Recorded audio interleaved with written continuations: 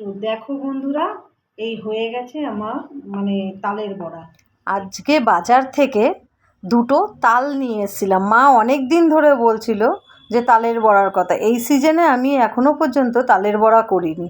তো মা এসছে বলে ভাবলাম কি যাই দুটো তাল নিয়ে যাই। যদিও আমি তাল কিন্তু চিনতে পারি না, তাও এরকম আমাকে ওই যেখান থেকে তাল কিনেছি সেই দাদাটা বলল যে এই তাল দুটো নিয়ে যাও, ভালো হবে। এটাতে মানে এক একটা তালে একটা করে আটি হবে।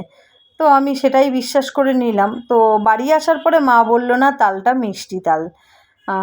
তো তালটাকে মা নিয়ে সঙ্গে সঙ্গে কিছুটা দুমদাম বাড়ি মেরে নিল মেঝেতে। মেরে নিয়ে এই যে তালের খোসাটাকে ছাড়াচ্ছে।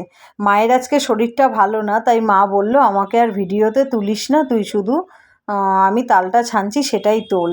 আমার শরীরটা একদম ভালো নেই, যে আমি একটু হেসে তাকাবো, আমার সে শরীরটুকুও ভালো নেই।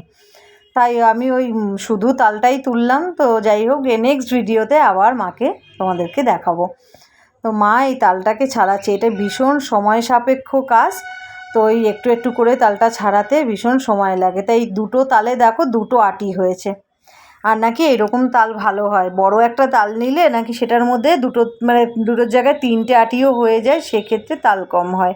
ওই জন্য এইরকম তাল দেখে দিয়েছে। যদিও আমি এসব বুঝি না, তোমরা যদি এই বিষয়ে বোঝো অবশ্যই আমাকে কমেন্ট করে জানিও। তো মা এই তালটাকে খুব জোরে বাড়ি মেরে মেরে অনেকক্ষণ ধরে পিটিয়ে নিয়ে হাত দিয়ে চটকে চটকে, আর তার সঙ্গে বোনও জুড়ে গেছে, ঝুড়িতে করে ওই তালটাকে পাল্পটা বের করলো তালের পুরো। ওইটা অনেক সময় ধরে করলো বলে আমাকে কিছুটা স্কিপ করে দেখাতে হলো। এটা অনেক সময় সাপেক্ষের ব্যাপার। তোমরা কি করে তাল ছানো অবশ্যই কমেন্ট করে জানিও। তো এই যে মায়ের তাল ছানাটা হয়ে গেছে, পুরো কাচিয়ে গুছিয়ে পরিষ্কার করে নিচ্ছে। আর আমার মা তাল ছানতে যে জল দেয় না, এটা অনেকক্ষণ পিটিয়ে পিটিয়ে তাল থেকে পুরো পাল্পটা বের করে। অনেকে জল দিয়ে দেখেছি পুরো ভিজিয়ে নেয় তারপরে তালটা ছানে, কিন্তু মা একটুও জল দেয় না।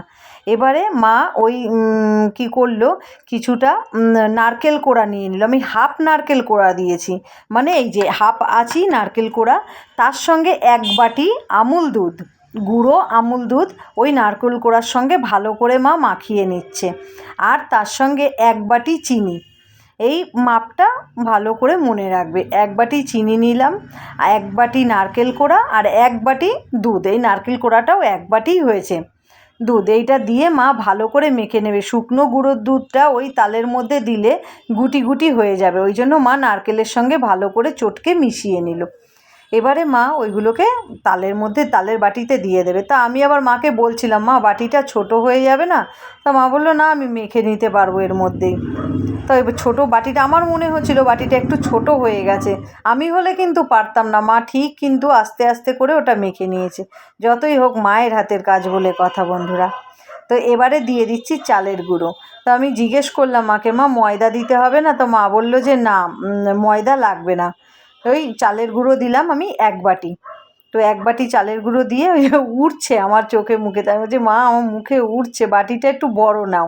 তো মা বললো লাগবে না। তা ওই যে মা আস্তে আস্তে করে নিয়ে নিল। তারপরেও আমি বলছি আরেকটু গুঁড়ো দিই, মনে হচ্ছে নরম। মা বলছে কিছুক্ষণ রেখে দিলে এটা পুরো আরও গাঢ় হয়ে যাবে, দিতে হবে না। তাও আমার মন মানলো না, দিয়ে দিলাম। তো মায়ের মাখা হয়ে গেছে। এবার এই যে বড়া ছাড়ছি কড়াইতে।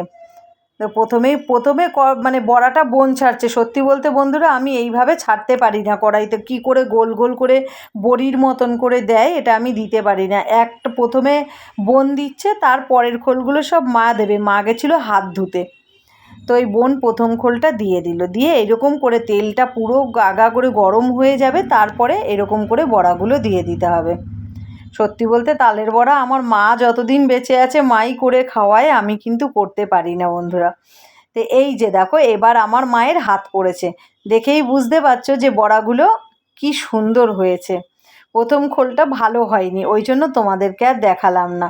একদম আগুন নাকি বেশি হয়ে গেছিলো, তাই সেগুলো একটু লাল একটু ঠিক রঙটা কালো কালো হয়ে গেছে। পোড়েনি, কিন্তু মা তালের বড়া কালো কালো তালের বড়া মা একদম করে না। মা সুন্দর সোনালি রঙের করে মা এই রকমভাবে বড়া তোলে।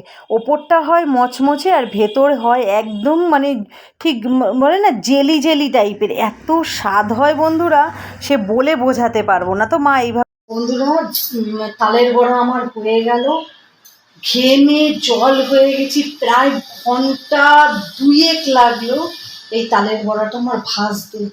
বিশ্বাস করো মারাত্মক কষ্ট হয়ে গেছে, তবুও সবাই খেয়ে আনন্দ পাবে, এটাই আমার কাছে বড় পাওনা। তো তোমাদেরকে দেখাই যে পুরো তালের বড়াটা কমপ্লিট হয়েছে, কেমন হয়েছে আমার সেই তালের বড়া। তো দেখো বন্ধুরা, স্টার্ট কর। তো দেখো বন্ধুরা, এই হয়ে গেছে আমার তালের বড়া। তো দেখতে পেয়েছো আমার মায়ের হাতের তালের বড়া, এর স্বাদের কোনো তুলনাই হবে না, এত সুন্দর তালের বড়া। দেখো একটাও কিন্তু কালো হয়নি, প্রতিটা সুন্দর সুগোল। আর তোমাদেরকে আর একটা জিনিস দেখাই, দেখেছো কতটা মচমচে। এবার আর একটা জিনিস দেখাচ্ছি, তুমি তালের বড়াটা দেখলে বুঝতে পারবে।